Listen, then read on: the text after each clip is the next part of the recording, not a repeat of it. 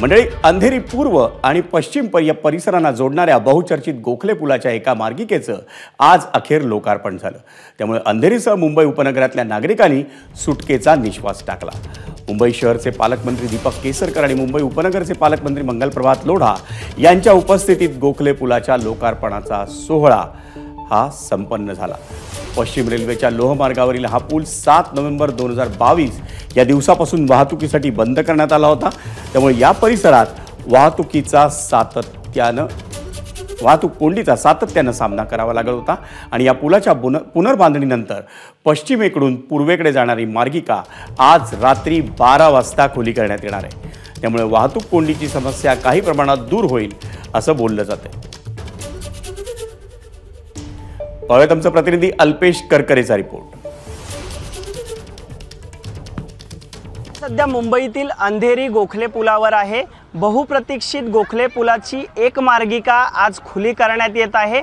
या पुलाचं उद्घाटन आज मंगलप्रभात लोढा, दीपक केसरकर यांच्या हस्ते झालेलं आहे। आता गोखले पुलाची एक मार्गिका ही सुरू करण्यात येणार आहे।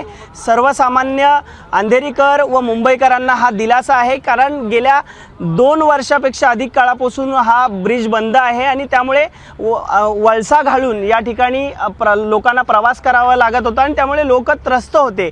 अखेर या ब्रिजची एक मार्गिका खुली करण्यात आलेली आहे आणि त्यामुळे अंधेरीकर असतील, मुंबईकर असतील, त्यांच्यासाठी ही आनंदाची बातमी आहे। आणि सध्या आपण पाहू शकतो, या पुलाचं उद्घाटन झाल्यानंतर सर्वसामान्य अंधेरीकर असतील, मुंबईकर असतील, ते या ठिकाणाहून प्रवास करतायत।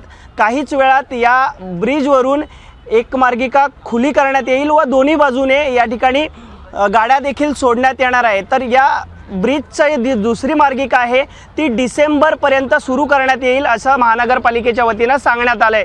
कॅमेरामन विनय राजभरचा मी अल्पेश करकरे, एबीपी माझा, मुंबई। एबीपी माझा, उघडा डोळे बघा नीट।